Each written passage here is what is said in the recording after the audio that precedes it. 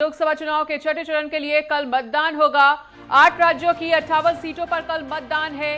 58 सीटों पर कुल 889 उम्मीदवार चुनावी मैदान में।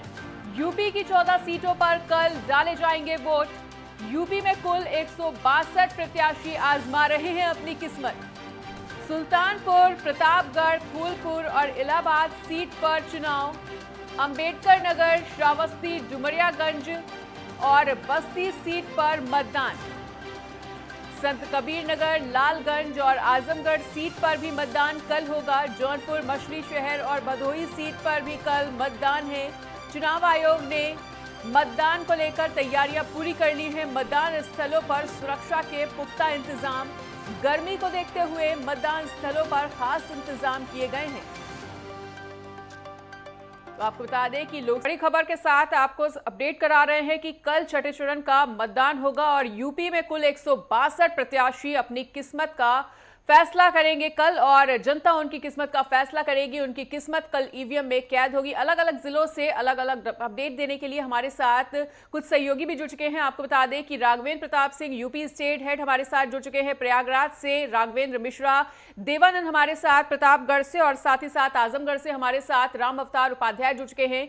सबसे पहले राघवेंद्र प्रताप, आपका रुख करना चाहेंगे।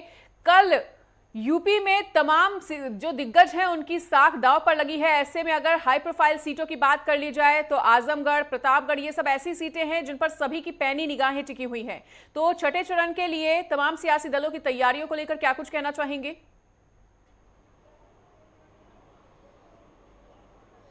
बिल्कुल मनीषा, कल का दिन बेहद खास था। चुनाव प्रचार का कल आखिरी दिन था और सारे राजनीतिक दलों ने अपने अपने वादे और अपने अपने बयानों के लिए जाने गए। अगर हम समाजवादी पार्टी की बात करें तो अखिलेश यादव आजमगढ़ में कहते हुए दिखाई दिए कि भारतीय जनता पार्टी 140 सीट के लिए इस बार तरसेगी। वहीं हम बात कर लें केशव प्रसाद मौर्य जो प्रयागराज में थे, उन्होंने कहा कि राजा भैया के दम पे नहीं बल्कि बीजेपी अपने दम पे 400 का आंकड़ा पार करेगी। वहीं हम मुख्यमंत्री योगी आदित्यनाथ की बात कर लें तो सिद्धार्थनगर में डुमरियागंज सीट के लिए वो चुनाव प्रचार के दौरान ये कहते हुए दिखाई दिए कि गोरखपुर में एक माफिया था जिसको वहाँ की जनता ने भगाया था। उसके बाद वो संत कबीर नगर आया, संत कबीर नगर में भी वहाँ की जनता ने उसको बाहर भराया। इस बार सिद्धार्थनगर आया है और ये बुद्ध की धरती है, आप लोग यहाँ भी किसी माफिया को पनपने मत दीजिएगा। वहीं हम बात कर लेते हैं बहुजन समाजवादी पार्टी की, तो वो भी भारतीय जनता पार्टी पे हमलावर देखिए। उनका बयान आया कि गरीबों को राशन देने से नहीं बल्कि हर हाथ में रोजगार देने से देश में गरीबी कम होगी। वहीं राहुल गांधी की बात कर लें तो राहुल गांधी ये कहते हुए दिखाई दिए कि कांग्रेस पार्टी संविधान बचाने की लड़ाई लड़ रही है। वहीं ममता बनर्जी की बात कर लें तो ममता बनर्जी ने कहा कि हमारी सरकार बनती है तो सीएए एनआरसी हम नहीं लागू होने देंगे किसी भी कीमत पे, और ये चीज़ें हटा दी जाएंगी। वहीं बात कर लिया जाए बीजेपी के अन्य नेताओं की, भजनलाल शर्मा जो राजस्थान के मुख्यमंत्री हैं, यहाँ लखनऊ में प्रेस कॉन्फ्रेंस किए थे तो उन्होंने कहा कि कांग्रेस धर्म के आधार पर राजनीति दे रही है, ये हम लागू नहीं होने देंगे। इसके अलावा पीएम मोदी की बात कर लें तो पीएम मोदी का कल का जो बयान है कि जब तक मोदी जिंदा है तब तक गरीबों का आरक्षण, ओबीसी का आरक्षण, एससी का आरक्षण कोई छीन नहीं सकता है। तो मनीषा, स्पष्ट शब्दों में ये कहा जा सकता है कि मुख्य मुद्दे जनता जनार्दन के चाहे जो भी हो, लेकिन ये पूरी चुनावी प्रक्रिया नेताओं के वादे जो हैं और उनके जो बयान हैं वहीं तक सिमट कर रह गए हैं।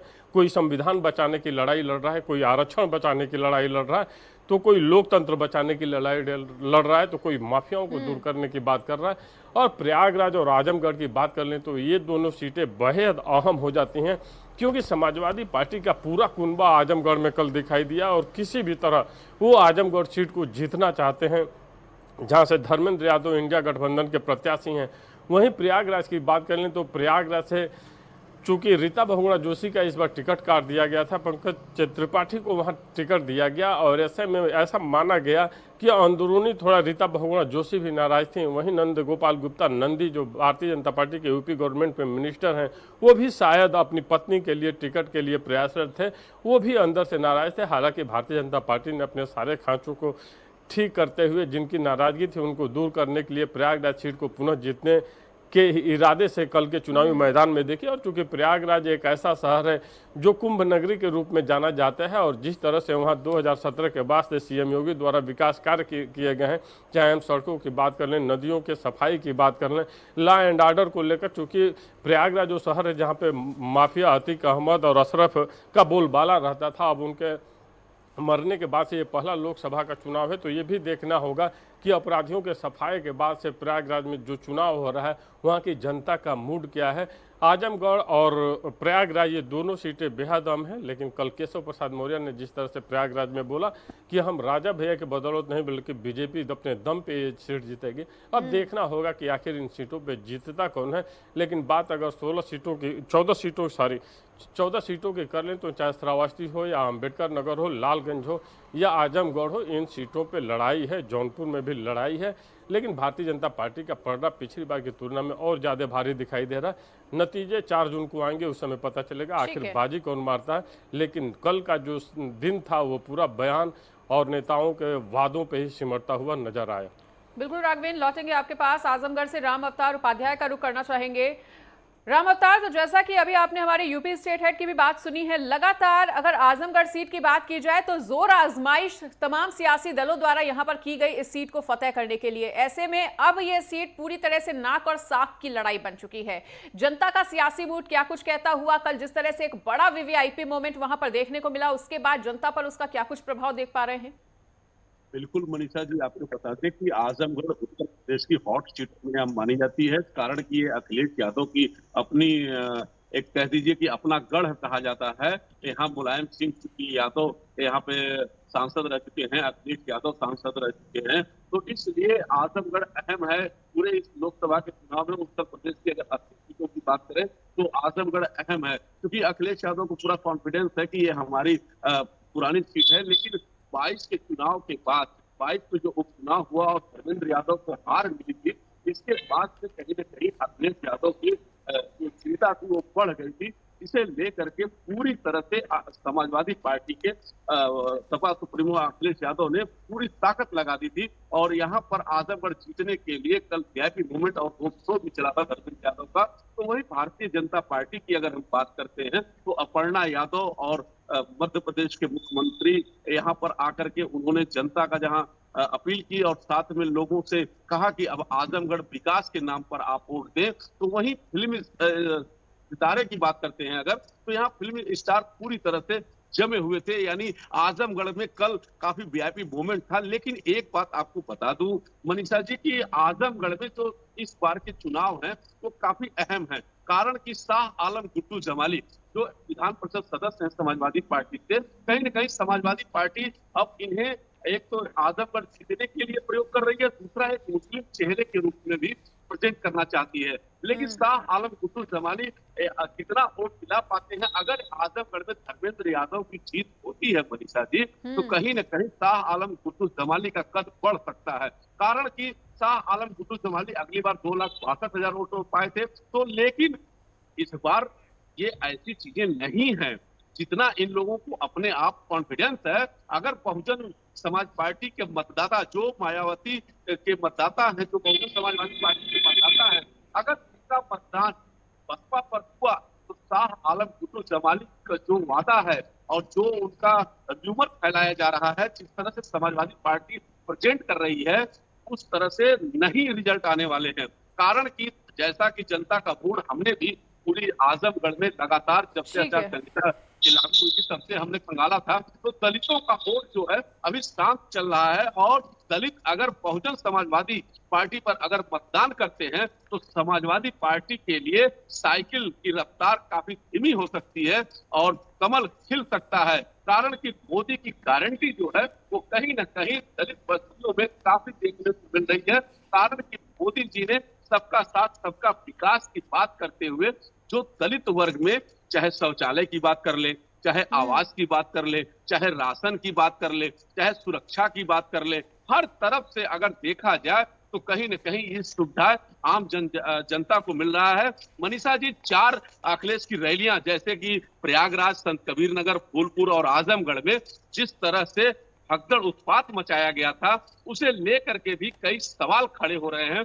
कल हमारी जब प्रदेश अध्यक्ष भूपेंद्र सिंह चौधरी से बात हुई तो उन्होंने कहा था कि ये देखिए समाजवादी पार्टी किस तरह से अपने जनसभा में इनके कार्यकर्ता उत्पात मचाते हैं, तो वही अखिलेश यादव ने आजमगढ़ में ही पलटवार करते हुए कहा था कि ये समाजवादी पार्टी के कार्यकर्ता नहीं बल्कि भारतीय जनता पार्टी के कार्यकर्ता है। फिलहाल इस समय तो पूरी मतदाता को रिझाने के लिए हर प्रत्याशी ने जितने वादे किए थे, अगर समाजवादी पार्टी का मैनिफेस्टो। ठीक है राम अवतार, लौटेंगे आपके पास। प्रतापगढ़ से हमारे साथ देवानंद जुड़े हुए हैं, उनका भी रुख करते हुए। देवानंद, प्रतापगढ़ भी काफी ज्यादा हॉट सीट मानी जा रही है, जहां पर राजा भैया का बहुत ज्यादा दबदबा हमेशा से ही देखने को मिला, और अब जिस तरह से भाजपा ने और एनडीए ने लगातार उन्हें ललकारने का प्रयास किया है, तो अगर उनके दबदबे की बात की जाए तो उनका दबदबा इलाहाबाद में भी देखने को मिलता है, श्रावस्ती में भी, कौशाम्बी में भी, भदोही में भी, श्रावस्ती के साथ ही साथ प्रतापगढ़ के ऐसे तमाम सटे हुए जिले जहां पर उनका खासा प्रभाव है। ऐसे में एक इशारे से वोट बैंक की गणित पूरी तरह से बिगड़ सकती है। बीजेपी के लिए कितनी ज्यादा चुनौतियां देख पा रहे हैं इन तमाम सीटों पर और खासकर प्रतापगढ़ में? जी मनीषा, आपको बताना चाहूंगा कि प्रतापगढ़ लोकसभा सीट में यहाँ राजा भैया का कोई भी दबदबा नहीं दिखाई दे पड़ रहा है। यहाँ पीएम नरेंद्र मोदी ने जीआईसी मैदान में मीटिंग किया, उन्होंने जनता को पुरानी चीजें याद दिलाई। उन्होंने कहा कि सपा सरकार में वो चीजें याद करिए जो वन डिस्ट्रिक्ट वन माफिया का अभियान चल रहा था, हर जिले में एक माफिया काम कर रहा था और पूरा जिला उस माफिया से त्रसित था। और प्रतापगढ़ में एटीएल कंपनी थी जिसमें प्रतापगढ़ के कम से कम 10,000 युवा उसमें रोजगार कर रहे थे, रोजगार जुड़ा हुआ था। मुलायम सिंह ने उसको बेचने का काम किया और वहीं भाजपा की सरकार बनने के बाद सीएम योगी आदित्यनाथ ने उसको खरीदा, पुनः वापस लिया और उस पर नए उद्योग लगाने का विचार हो रहा है। वहीं कल प्रतापगढ़ का पट्टी विधानसभा है, वहाँ गृह मंत्री अमित शाह की मीटिंग हुई थी, भारी जनसभा वहाँ इकट्ठा हुई थी। अमित शाह ने भी लोगों से कहा कि हम गुंडों को सुधारना भी जानते हैं और गुंडों को खत्म करना भी जानते हैं। 4 जून के बाद गुंडों का हिसाब होगा। इस तरीके से अमित शाह ने भी जनता के बीच में जोश भरा। उन्होंने कहा आप लोग अपने मतदान का पूरी तरीके से प्रयोग करिए, किसी को डरने की जरूरत नहीं है और हम धारा 370 के नाम पर वोट मांगते हैं, हम विकास के नाम पर वोट मांगते हैं, हम सड़कों और हाईवे की जाल के नाम पर वोट मांगते हैं और हम सबको 24 घंटा बिजली दे रहे हैं गाँव में, उसके नाम पर वोट मांगते हैं, हम जात के नाम पर वोट नहीं मांगते हैं। रही बात समाजवादी पार्टी के जो राष्ट्रीय अध्यक्ष अखिलेश यादव हैं, उनकी भी कल रैली थी प्रतापगढ़ के जीआईसी मैदान में, तो उन्होंने भी राजा भैया पर कहीं न कहीं चुप्पी लिया। उन्होंने कहा कांग्रेस और आम आदमी पार्टी तो हमको समर्थन दे ही रही है, जो लोग हमसे नाराज चल रहे थे आजकल वो लोग भी हमको समर्थन दे रहे हैं। तो हंस करके अखिलेश यादव ने ऐसा कहा जिससे जनता ने भी मतलब खूब मजाक उड़ाया। इस तरीके से उनका कहने का मतलब है कि हम समर्थन मांगे नहीं हैं, हमको बिना मांगे समर्थन हमको दे रहे हैं। लेकिन मनीषा ये बताना चाहूंगा कि प्रतापगढ़ में लड़ाई दिलचस्प है। हालांकि भाजपा का पलड़ा यहाँ भारी है।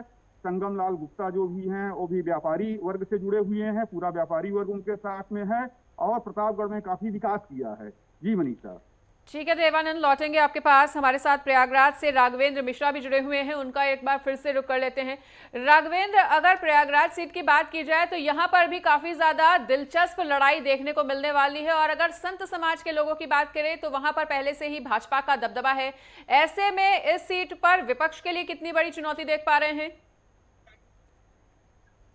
अगर इलाहाबाद सीट की बात की जाए तो बहुत ही हार्ड सीट है और राजनीतिक दृष्टिकोण से अगर इसको देखा जाए तो पूरा दिल्ली सरकार, मोदी सरकार की निगाह जो है इलाहाबाद संसदीय क्षेत्र लगी हुई है, क्योंकि जो 2 दिग्गज नेता, एक उज्जवल रमण सिंह जिनके लड़के कांग्रेस से उम्मीदवार हैं, इंडिया गठबंधन के उम्मीदवार हैं, वहीं केसरीनाथ त्रिपाठी जो जमीनी स्तर के नेता थे, जो राज्यपाल भी रहे हैं पश्चिम बंगाल के और उत्तर प्रदेश विधानसभा के अध्यक्ष भी रहे हैं और भाजपा में कई बार वो विधायक भी रहे हैं, तो उनके भी लड़के नीरज त्रिपाठी को भाजपा ने मैदान में उतारा है। तो 2 सियासी दिग्गजों की बारिशों की लड़ाई यहाँ पर देखने को मिल रही है। हालांकि शुरुआती दौर में अगर चुनाव प्रचार की बात की जाए, चुनाव प्रचार के दौरान ऐसा लग रहा था कि कांटे की टक्कर चल रही है बीजेपी और कांग्रेस के बीच में, तो वहीं पर 19 तारीख से जो है माहौल को बदलने के लिए ये देखा गया पूरे प्लेटफार्म, सोशल मीडिया प्लेटफार्म पर और जनता के बीच जाकर ये देखा गया कि जो बड़े बड़े दिग्गज थे, बीजेपी के स्टार प्रचारक थे, यहाँ तक कि प्रधानमंत्री मोदी जी को भी यहाँ पर प्रयागराज में प्रचार करने के लिए आना पड़ा। सीएम योगी भी यहाँ पर आए और प्रचार किए नीरज त्रिपाठी के पक्ष में, भाजपा के पक्ष में। वहीं अगर विपक्ष के नेताओं की बात की जाए तो राहुल गांधी जो राष्ट्रीय अध्यक्ष है कांग्रेस पार्टी के, और राष्ट्रीय अध्यक्ष, सॉरी क्षमा करिएगा, जो राष्ट्रीय लीडर हैं कांग्रेस पार्टी के, और अखिलेश यादव भी इलाहाबाद संसदीय क्षेत्र में जो है दौरा कर चुके हैं, जनसभा कर चुके हैं। तो कहने का बात यह है कि फूलपुर और इलाहाबाद संसदीय क्षेत्र जो प्रयागराज में 2 सीटें हैं, किंतु प्रयागराज को ज्यादा महत्व दिया जा रहा है क्योंकि राजनीतिक दृष्टिकोण से बहुत ही महत्वपूर्ण सीट है। इसीलिए प्रयागराज की धरती पर कांग्रेस के राहुल गांधी और अखिलेश आए, नरेंद्र मोदी आए, वहीं पर अमित शाह जी, गृह मंत्री जी आए, सीएम योगी आए, कल उप मुख्यमंत्री केशव प्रसाद मौर्य जी ने भी जनसभा को संबोधित किया। तो कहीं ना कहीं राजनीतिक जो पृष्ठभूमि है प्रयागराज की काफी मायने रखती है, बहुत हार्ड सीट है। और इस बार दोनों पार्टियों में सीधी टक्कर है, कांटे की टक्कर है। तो भाजपा का ये चाहती है कि प्रयागराज की सीट किसी प्रकार से ना गंवानी पड़े, क्योंकि 2 बार यहाँ पर भाजपा का दबदबा रहा है, तीसरी बार हैट्रिक मारने का प्रयास किया जा रहा है कि भाजपा इस बार हैट्रिक लगाएगी।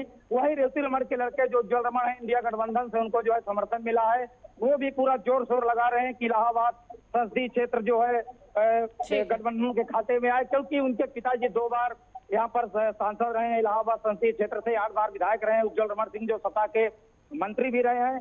तो बहुत ही हार्ड सीट है। तीसरी बात मनीषा आपको बता दूं कि आध्यात्मिक नगरी है, संगम नगरी है, और अगले वर्ष यहाँ पर महाकुंभ भी लगने वाला है।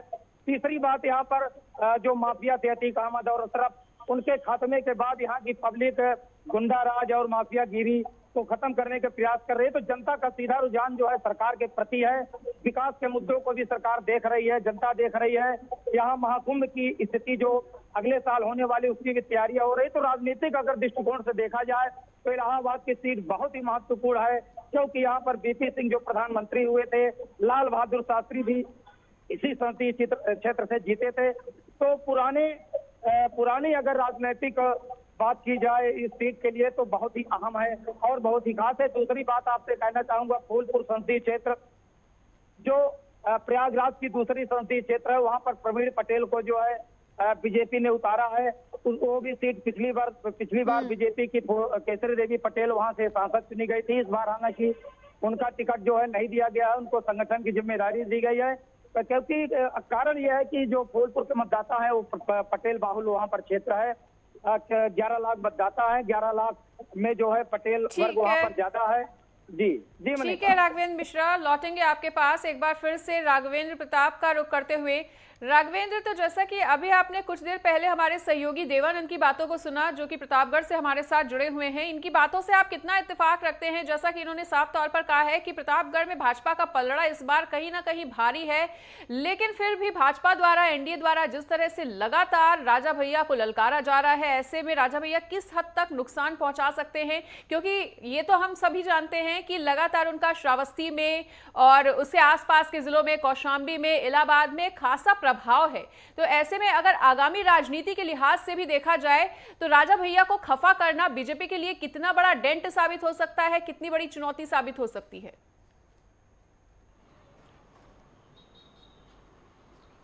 मनीषा, प्रतापगढ़ वैसे तो जिला छोटा है, वहाँ की जनसंख्या कम है, लेकिन वहाँ पे रजवाड़े बहुत ज़्यादा हैं। और जब हम प्रतापगढ़ की बात करते हैं तो रानी रत्ना सिंह को नज़रअंदाज नहीं किया जा सकता, वहीं कांग्रेस नेता प्रमोद तिवारी को नज़रअंदाज नहीं किया जा सकता।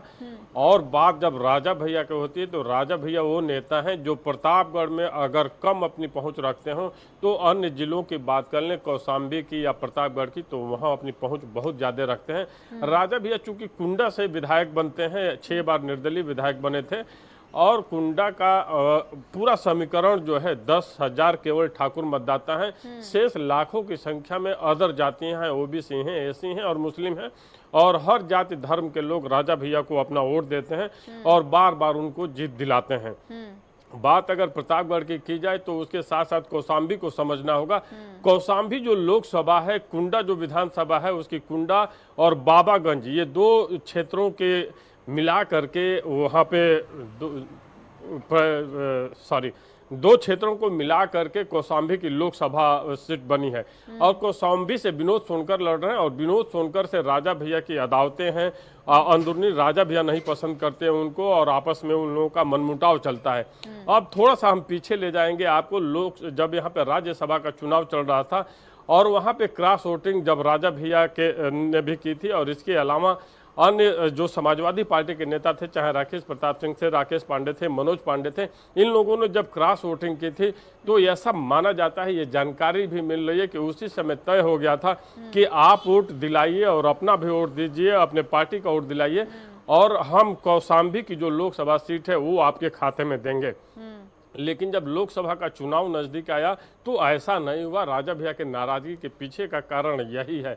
समीकरण बिगाड़ने की जहां तक बात है, राजा भैया प्रतापगढ़, कौशाम्बी, मिर्जापुर और प्रतापगढ़ में ये 4 जगहों पे समीकरण बनाने और बिगाड़ने में सक्षम दिखाई देते हैं। इसलिए नहीं कि वो दबंग प्रवृत्ति के हैं, इसलिए कि उन्होंने गरीबों की बहुत सेवा की है। हर साल सैकड़ों की संख्या में, हजारों की संख्या में गरीबों की बेटियों की शादी भी कराते हैं, भोजन की व्यवस्था कराते हैं। अगर किसी के वहाँ कोई जीवन मरण की बात आती है तो 13वीं की बात की जाए तो पूरा खर्चा भी उठाने का उदय प्रताप सिंह का जो परिवार है, राजा भैया के जो पिता हैं, राष्ट्रीय स्वयंसेवक संघ से जुड़े रहे हैं और गरीबों के जन कल्याण के लिए आज भी उनके द्वारा तमाम काम किए जाते हैं। इसलिए हर वर्ग की जनता उन्हें पसंद करती है। राघवेंद्र, एक सवाल आपसे। बिल्कुल ठीक है, आगे भी ये चर्चा जारी रखेंगे, आगे भी सवालों का जवाबों का सिलसिला जारी रहेगा। तमाम सहयोगी बने रहिए हमारे साथ। तो जैसा कि कल छठे चरण का मतदान होना है, ऐसे में तमाम सियासी दलों ने तैयारियां की हैं। देखना वाकई में दिलचस्प होगा कि सियासी दिग्गजों की किस्मत किस तरह से जनता ईवीएम में कैद करवाती है, किस तरह से उनकी किस्मत का फैसला लेती है। फिलहाल यहाँ पर रुकेंगे एक छोटे से ब्रेक के लिए।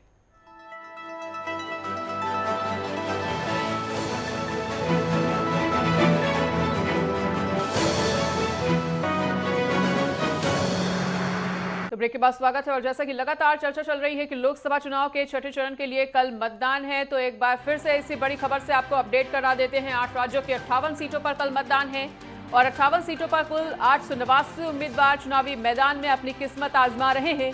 यूपी की 14 सीटों पर कल वोट डाले जाएंगे, मतदान होगा। यूपी में कुल 162 प्रत्याशी अपनी किस्मत को आजमा रहे हैं और 162 प्रत्याशियों की किस्मत का फैसला कल जनता करेगी। सुल्तानपुर, प्रतापगढ़, फूलपुर और इलाहाबाद सीट पर चुनाव, अंबेडकर नगर, श्रावस्ती, डुमरियागंज और बस्ती सीट पर मतदान, संत कबीर नगर, लालगंज और आजमगढ़ सीट पर भी कल मतदान होगा। साथ ही जौनपुर, मछली शहर और भदोही सीट पर भी कल ही मतदान है। चुनाव आयोग ने कल के चरण को लेकर तैयारियां पूरी कर ली हैं कि शांतिपूर्वक तरीके से मतदान स्थलों पर। और हमारे साथ एक बार फिर से कुछ अलग अलग जिलों से अलग अलग सहयोगी जुड़ चुके हैं। UP state head Raghavendra Pratap Singh हमारे साथ लगातार बने हुए हैं, वहीं राणा सिंह अंबेडकर नगर से, सिद्धार्थ नगर से श्याम सुंदर शुक्ला और राघवेंद्र मिश्रा प्रयागराज से हमारे साथ बने हुए हैं। तो राघवेंद्र, एक बार फिर से आपके पास लौटते हैं। अगर जौनपुर और मछली शहर की सीटों की बात करें तो यहां पर धनंजय सिंह भाजपा के लिए खुलकर बैटिंग करते हुए नजर आ रहे हैं, तो इन दोनों सीटों को भाजपा के खाते में डालने के लिए उनका कितना ज्यादा योगदान देख पा रहे हैं, क्योंकि राजपूत वोट बैंक के साथ ही उनका कई ऐसे वर्ग हैं जिन पर खासा प्रभाव देखने को मिलता है।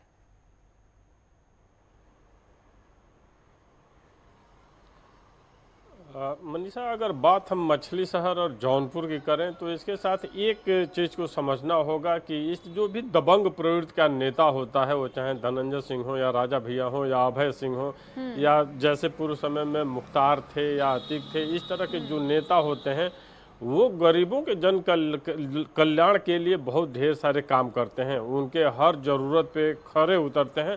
और शायद गरीब जनता, चूँकि हम उत्तर प्रदेश के पूर्वांचल के इन क्षेत्रों की बात करें तो यहाँ पिछड़ी हुई जातियाँ बहुत ज़्यादा हैं, जहाँ गरीबी बहुत ज़्यादा है और गरीब को अगर रोजमर्रा की ज़रूरतों की पूर्ति जो करता है वो उसके प्रति इतना झुकाव अपने आप को मानते हैं कि एक देवता के रूप में उनको पूजने लगते हैं। और ऐसा ही समीकरण इन नेताओं के साथ भी देखने को मिलता है कि ये गरीबों के लिए इतना समर्पित होते हैं कि जनता का जो मतदाता है, गरीब वोटर है, वो उनके लिए एक मुफ्त वोट बैंक बन जाता है। धनंजय सिंह की भी राजनीति कुछ इसी तरह की रही है। जितना ही राजनीति में उनका रसूख बढ़ता गया, गरीबों को लेकर के वो साथ चलने की कवायद को साधते रहे। और जौनपुर में शायद भारतीय जनता पार्टी को जब वो कृपाशंकर सिंह को लेकर आई तो उसे लगा कि जौनपुर की राहें आसान नहीं हैं, क्योंकि बसपा ने श्रीकला धनंजय को, जो धनंजय सिंह की पत्नी है, उनको टिकट दिया था। और बसपा का जो एक खास वोट बैंक है और धनंजय सिंह का जो खास वोट बैंक है वो कृपाशंकर सिंह का समीकरण बिगाड़ने, और ऐसा माना जा रहा था कि धनंजय सिंह चुनाव जीत रहे हैं तो कृपाशंकर सिंह की पूरी गणित तो वहाँ गड़बड़ा गई थी। इसीलिए फिर बसपा के तरफ से श्रीकला धनंजय का टिकट काटा गया और इसके बाद भारतीय जनता पार्टी के कद्दावर नेताओं से श्रीकला का और धनंजय सिंह का मुलाकात करना, कभी भूपेंद्र चौधरी से मुलाकात करना और अमित शाह से मुलाकात करना, उसके बाद सार्वजनिक मंच से भारतीय जनता पार्टी के पक्ष में वोट देने की अपील करना, फिर भारतीय जनता पार्टी ने अपनी जीत को लगभग सुनिश्चित की। और धनंजय सिंह अपने समर्थकों से तो वोट की अपील कर ही रहे हैं, वर्तमान में बस्ती तक अभी चुनाव प्रचार में गए थे। पीएम मोदी का जो रैली था हरीश द्विवेदी को लेकर के, वहां पे भी धनंजय सिंह बस्ती में भी वोट की अपील करने गए थे। ऐसा माना जाता है कि बस्ती में भी उनके समर्थकों की तादाद ज़्यादा है। मछली शहर की बात कर लें तो मछली शहर का भी जो चुनावी गणित है, समीकरण है, वोटों का जाति समीकरण यहाँ भी बहुत हावी है। मुस्लिम मतदाता, एससी जातियाँ, ओबीसी जातियाँ यहाँ भी ज़्यादा हैं। मछली शहर में धनंजय सिंह अपना कितना रसूख दिखा पाते हैं ये तो 4 जून को पता चलेगा, लेकिन धनंजय सिंह के माध्यम से भारतीय जनता पार्टी मछली शहर और जौनपुर दोनों सीटों को साधने का प्रयास जरूर की है। और उसे ऐसा लगता है कि वो अपनी जीत को लेकर आश्वस्त भी दिखाई दे रहे हैं कि हमारा जो वोट है और जिस तरह से गरीबों के जन कल्याण के लिए पीएम मोदी द्वारा काम किए गए हैं, राशन वितरण को लेकर कह लिया जाए, और उत्तर प्रदेश में सीएम योगी आदित्यनाथ द्वारा लॉ एंड ऑर्डर पर जिस तरह से काम किया गया है, महिला सुरक्षा को लेकर जिस तरह से काम किया गया है, ओडीओपी एमएसएमई के माध्यम से जिस तरह गरीबों को रोजगार से जोड़ा गया है, इसको लेकर भारतीय जनता पार्टी इस समय अपनी जीत को लेकर आश्वस्त दिखाई दे रही है। हालांकि धनंजय सिंह का प्रभाव मछली शहर पे कितना पड़ेगा ये तो समय बताएगा, लेकिन जौनपुर पे धनंजय सिंह का प्रभाव बहुत ज़्यादा है और जौनपुर लोकसभा सीट पे इस समय कृपाशंकर सिंह काफ़ी आगे चलते हुए दिखाई भी दे रहे हैं। ठीक है, अंबेडकर नगर से राणा सिंह भी हमारे साथ जुड़े हुए हैं, उनका भी रुख कर लेते हैं। राणा, अगर अंबेडकर नगर सीट की बात की जाए तो रितेश पांडे, लालजी वर्मा, कमर हयात, तीनों का ही अलग अलग वोट बैंक, तो क्या इस सीट पर त्रिकोणीय मुकाबले की कल उम्मीद की जाए या इंडी गठबंधन और एनडीए में ही जोरदार मुकाबला, टक्कर का मुकाबला देखने को मिलने वाला है? मनीषा, आपको बताना चाहूंगा कि बसपा प्रत्याशी कमर हयात से इस अंबेडकर नगर में चुनाव कमजोर लड़के दिखाई पड़ रहे हैं। ऐसे में रितेश पांडे और लालजी वर्मा के मध्य चुनाव होने जा रहा है। यहाँ पर आमने सामने की टक्कर है और सपा बसपा भाजपा प्रत्याशी दोनों आमने सामने लड़ रहे हैं।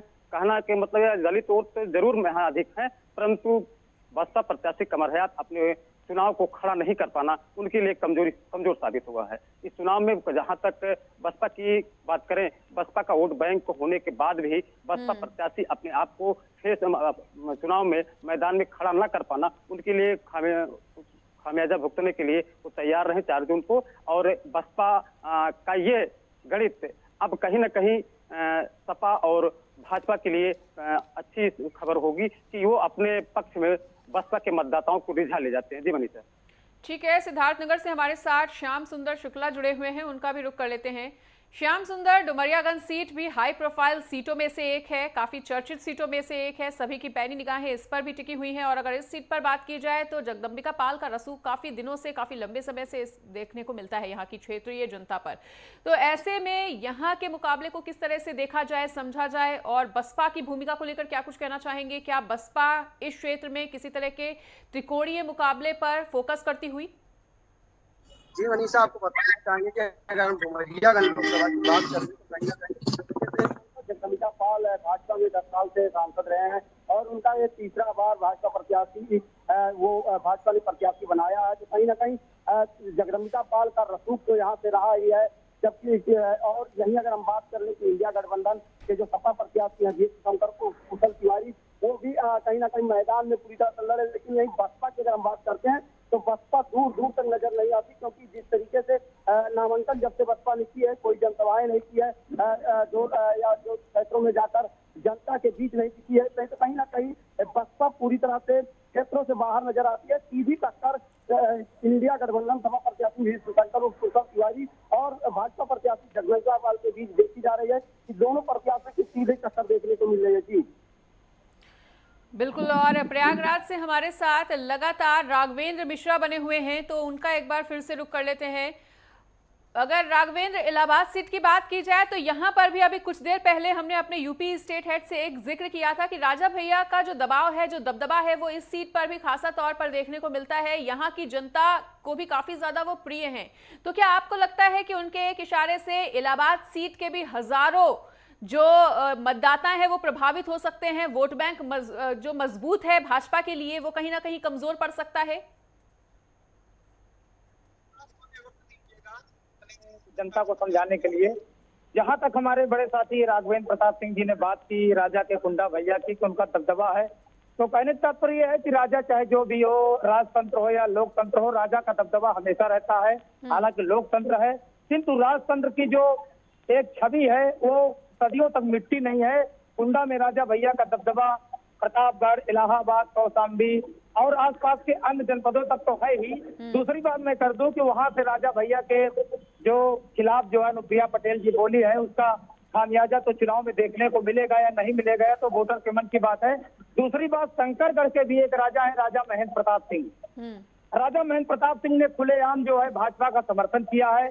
इनका भी दबदबा है। हालांकि राजा भैया के बराबर इनका वैसा दबदबा नहीं है कि जो एक प्रकार से, अब उसको जो है शब्दों में बयान नहीं कर सकते। ये शांत प्रकृति के राजा है। जनता में इनका जो है एक प्रकार से मिलनसार प्रवृत्ति के राजा हैं। तो इनका भी जो है भाजपा के प्रति जो समर्थन है, उससे भी बड़ी संख्या में वोट बैलेंस भाजपा के पक्ष में जाता नजर आ रहा है। तो राजा भैया प्रतापगढ़ से और इलाहाबाद से जो है राजा महेंद्र प्रताप सिंह।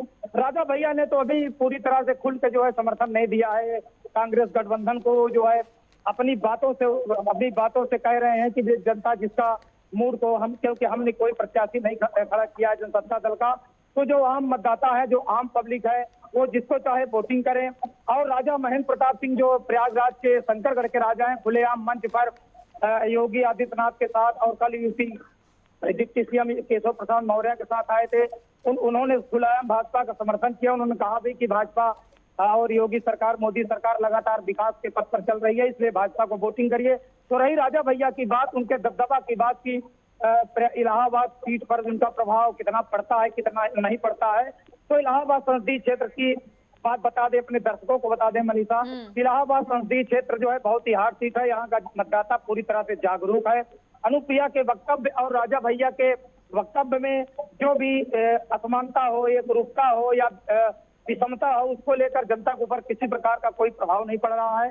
क्योंकि इंडिया गठबंधन के साथ जो अभी आपको बताऊंगा, अगर समय देंगी तो यहाँ पर इलाहाबाद संसदीय क्षेत्र में जाति जो गणना है, जो जाति मतदाताओं का रुझान है, उसके तहत यहाँ पर वोटिंग ज्यादा होती है।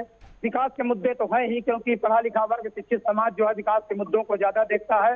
रही राजा भैया की बात, तो उनका दबदबा तो है, इलाहाबाद संसदीय क्षेत्र पर उनका दबदबा है, वोटरों में उनका प्रभाव है। तो कुछ मतदाता उनके प्रभाव में आ सकते हैं। हालांकि इलाहाबाद संसदीय क्षेत्र में भी राजा भैया ने किसी प्रकार की कोई घोषणा नहीं किया है कि आप भाजपा को वोटिंग करिए या भाजपा के खिलाफ वोटिंग करिए, क्योंकि वो भी राजनीति में उतर चुके हैं, अपनी पार्टी बनाए हुए हैं। और उनका ये मानना है कि भविष्य में किसकी सरकार बनती है, एनडीए गठबंधन की बनती है या तीसरी बार मोदी सरकार बनती है, इसको भी लेकर वो साइलेंट है। अनुप्रिया के बयान को लेकर हालांकि उनके मन में खुन्नस हो सकती है, उनकी विचारधारा में विषमता हो सकती है। एक चर्चा उड़ी थी कि मिर्जापुर से जहां से अनुप्रिया पटेल लड़ रही है, वहां पर कल राजा भैया जाएंगे चुनाव प्रचार के लिए, किंतु वहां वो नहीं गए। वो पूरी तरह से प्रचारित 2 दिन से हो रहा था कि अनुप्रिया पटेल के खिलाफ वहां के समर्थक जाएंगे, राजा भैया स्वतः वहां पर जाएंगे और अनुप्रिया के विपक्ष में वहां पर प्रचार करेंगे। किंतु मिर्जापुर में राजा भैया का न जाना एक प्रकार से संकेत है कि वो किसी भी दल के लिए खुलेआम समर्थन नहीं कर रहे हैं। जो कार्यकर्ता है वो चिल्ला रहे हैं, वो जी मनीषा। ठीक है राघवेंद्र, सभी सहयोगी बने रहिए हमारे साथ, लगातार चर्चा को आगे भी जारी रखेंगे, पर फिलहाल यहाँ पर रुकेंगे एक छोटे से ब्रेक के लिए।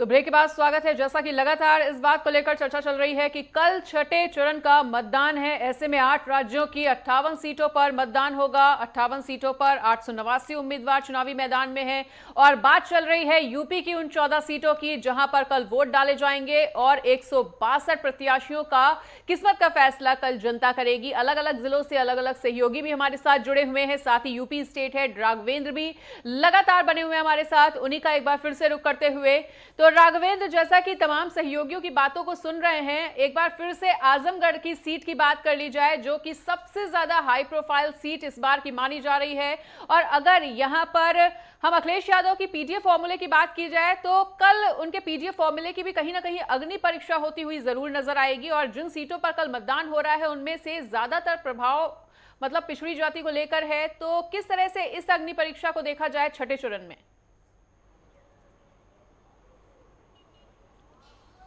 बिल्कुल मनीषा, अगर हम आजमगढ़ की बात करेंगे तो वहाँ के मतदाताओं की बात करें तो वहाँ पे मुस्लिम मतदाता, यादव मतदाता और एसी ओबीसी मतदाता जिताऊ प्रत्याशी के रूप में होते हैं कि वो जिधर वोट देते हैं उधर जीते हैं। मुस्लिम मतदाताओं की संख्या यहाँ ज़्यादा है। गुड्डू जमाली वो नेता थे जो पिछले चुनाव में समाजवादी पार्टी में नहीं थे, ये लगभग 2.5 लाख वोट वो पाए थे। और ऐसे में दिनेश लाल निरहुआ चुनाव लड़ा था। उसके बाद से जब धर्मेंद्र यादव की हार हुई थी तो ये माना जा रहा था कि अगर गुड्डू जमाली समाजवादी पार्टी के साथ होते तो आज ये दिन देखने को नहीं मिली होती। समाजवादी पार्टी ने एक स्ट्रेटजी अपनाई, गुड्डू जमाली को अपनी पार्टी ज्वाइन कराई और उन्हें एमएलसी बनाया। उसके बाद से जाति समीकरण को साधने के साथ साथ ये प्रयास किया कि आजमगढ़ की जो हमारी सीट है वो किसी तरह हमें मिले, क्योंकि नेताजी मुलायम सिंह यादव वहाँ से सांसद रह चुके थे, पूर्व मुख्यमंत्री अखिलेश यादव खुद वहाँ से सांसद रह चुके थे। लेकिन उत्तर प्रदेश की राजनीति में या देश की राजनीति में एक अहम बदलाव जो आया है 2014 के बाद से, जिस तरह से गरीबों के लिए काम किया गया, उनकी योजनाओं का बेनिफिट सीधे जनता के अकाउंट में पहुंचाया गया, उनके लिए अकाउंट खोले गए जनधन योजना के तहत, उनके स्वास्थ्य को लेकर आयुष्मान कार्ड 5 लाख तक का इलाज जिस तरह से फ्री किया गया, राशन का वितरण जिस तरह से किया गया, शौचालय की व्यवस्था, आवास की व्यवस्था जिस तरह से की गई, किसान सम्मान निधि की व्यवस्था जिस तरह से की गई। और उत्तर प्रदेश में जब आजमगढ़ की बात करते हैं तो वहाँ भी अपराधियों माफियाओं का बोलबाला होता था। एक समय होता था कि आतंकवाद, आजमगढ़ और मुसलमान, ये 3 शब्द सबके जेहन में रौंदा करते थे। अब वो दिन बहुत गए हैं, आज वो दिन देखने को नहीं मिलते हैं। रमाकांत उमाकांत यादव का भी अब वो वर्चस्व दिखाई नहीं देता है जो पूर्व समय में दिखाई देता था। ऐसे में अगर जातियां टूटती हैं और लाभार्थियों का जो वोट बैंक है वो मोदी के नाम पे अगर आता है, मोदी की गारंटी के नाम पे आता है, तब तो भारतीय जनता पार्टी जीत सकती है। नहीं तो जाति समीकरण के आधार पर समाजवादी पार्टी इंडिया गठबंधन का पलड़ा गुड्डू जमाली के वजह से वहां पे समाजवादी पार्टी काफ़ी बीच दिखाई दे रही है। चूंकि धर्मेंद्र यादव वैसे तो अखिलेश यादव के परिवार के हैं, उनके भाई के हैं, लेकिन हैं पॉलिटिशियन, वो सांसद रह चुके हैं। और ऐसे में दिनेश लाल निरहुआ की जब हम बात करते हैं तो वो भोजपुरी एक्टर हैं, पॉलिटिशियन नहीं थे। हालांकि उपचुनाव में उनको मोदी के नाम पे वोट मिला, योगी के नाम पे वोट मिला और वो सांसद बन गए थे। तो आजमगढ़ की जनता का मूड क्या होता है, आखिर वो मोदी की गारंटी के तरफ जाती है या जातियों के आधार पे जाती है, ये देखना दिलचस्प होगा। अगर जातियां टूटेंगी और वोट बैंक लाभार्थियों के रूप में आएगा तब तो बीजेपी उम्मीदवार जीत सकता है। अगर जातियां नहीं टूटती हैं और जाति समीकरण के आधार पर वोट पड़ते हैं तो फिर समाजवादी पार्टी वहाँ पे जीत दर्ज कर सकती है।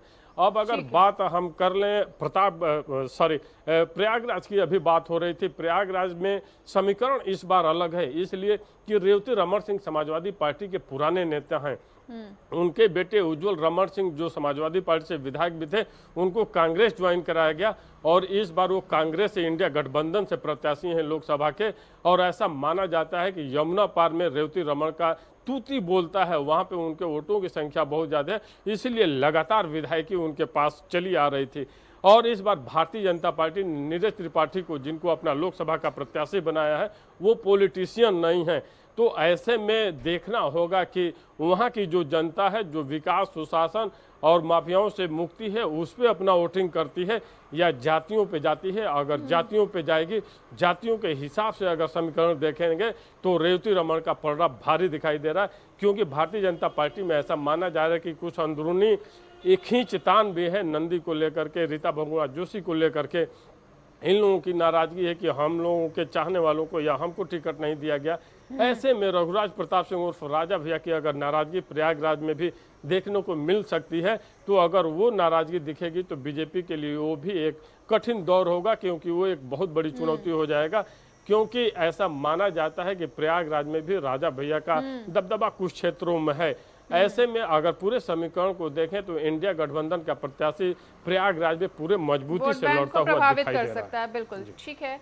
और श्याम सुंदर शुक्ला सिद्धार्थनगर से हमारे साथ लगातार बने हुए हैं। श्याम सुंदर, आप जिस क्षेत्र में हैं, डुमरियागंज सीट की अगर बात कर ली जाए तो बीते दिनों भी जैसा कि लगातार ये चर्चा चलती रही है कि यहाँ पर प्रत्याशियों की हार या जीत चुनावी मुद्दों पर हावी ही नहीं रहती है। चुनावी मुद्दे यहाँ की हार जीत तय ही नहीं करते, यहाँ की जातीय और जाति समीकरण ही यहाँ पे हार जीत तय करते हैं। तो लगातार जातीय समीकरणों को साधने का प्रयास तो किया ही गया है, चाहे वो विपक्षी नेताओं की बात कर ली जाए, चाहे जगदम्बिका पाल की बात कर ली जाए, जिनका खासा प्रभाव है इस क्षेत्र में। तो विपक्ष के नेताओं की भूमिका किस प्रकार से देख रहे हैं इस बार के चुनाव में? कितना ज्यादा जोर आजमाइश करते हुए विपक्ष के नेता और विपक्ष के जो वोट बैंक है वो?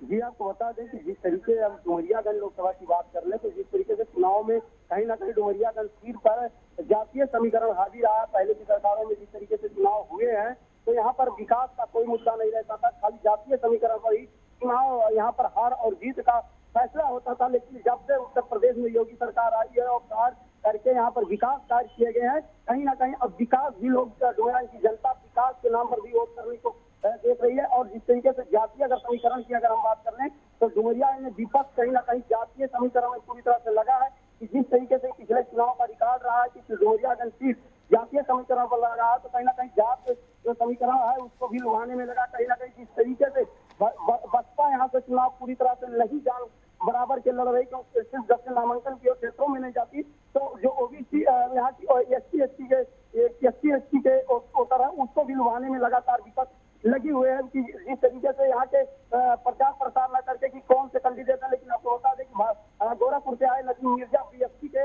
यहाँ से कैंडिडेट है, लेकिन जनता अभी ये नहीं जान पाई है कि आखिर यहाँ के कैंडिडेट यहाँ पे क्षेत्रों में प्रचार प्रसार नहीं किया है। तो कहीं ना कहीं जो एससी के वोटरों को कहीं ना कहीं विपक्ष लगातार अपने पक्ष में करने को प्रयास है, क्योंकि जिस तरीके से यहाँ एक अच्छी वोटर मतदाता कहे तो यहाँ एससी भी माने जाते हैं। और कहीं ना कहीं जी बिल्कुल। अंबेडकर नगर से राणा सिंह का एक बार फिर से रुख कर लेते हैं।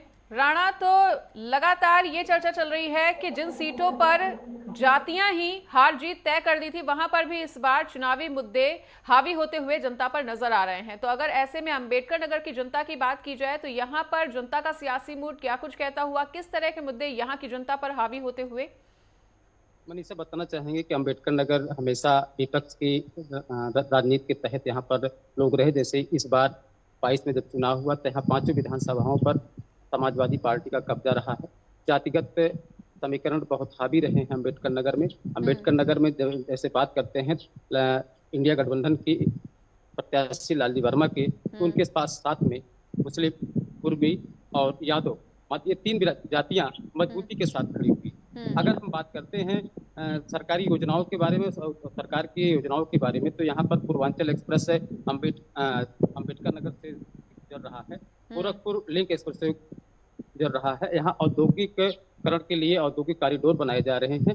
विकास के मुद्दे यहाँ गौड़ हो जाते हैं, यहाँ विकास के मुद्दे नहीं जाते, जातिगत समीकरण के तहत यहाँ मतदान होते हैं और वही आज तक देखा गया है। और अगर यहाँ पर इसकी बात करें विकास की, तो कहीं न कहीं महिला मतदाता आने वाले 25 तारीख को बहुत अच्छी तादाद में, जिस तरह से महिला मतदाता साइलेंट हैं, कुछ नहीं बोल रही हैं, वो महिला मतदाता कहीं न कहीं परिणाम में बहुत बड़ा बदलाव कर सकती हैं। महिला मतदाताओं ने अगर उनका वोट सरकार की योजनाओं पर पड़ा। बिल्कुल।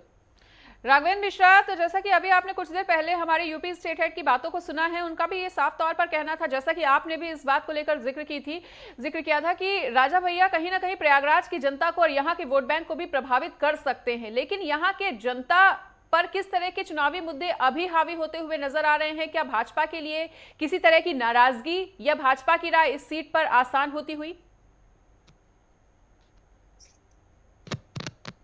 जनता के बीच जाने के बाद स्पष्ट जो तस्वीरें नजर आई हैं, प्रयागराज का इलाहाबाद जो संसदीय क्षेत्र है, इस बार रेवती रमण जो 8 बार विधायक रहे हैं, सपा से 2 बार सांसद रहे हैं, उनके लड़के उज्जवल रमण इंडिया गठबंधन से लड़ रहे हैं। उनका करछना जो ये विधानसभा क्षेत्र है वहाँ काफी दबदबा रहा है। किंतु एक बात अगर पिछले चुनाव को देखा जाए विधानसभा को लेकर, तो जो पीयूष रंजन निषाद जो अपना दल और भाजपा से गठबंधन से प्रत्याशी थे, उन्होंने उज्जवल रमण को उन्हीं के घर से करछना विधानसभा से उन्होंने विधानसभा में हराया था।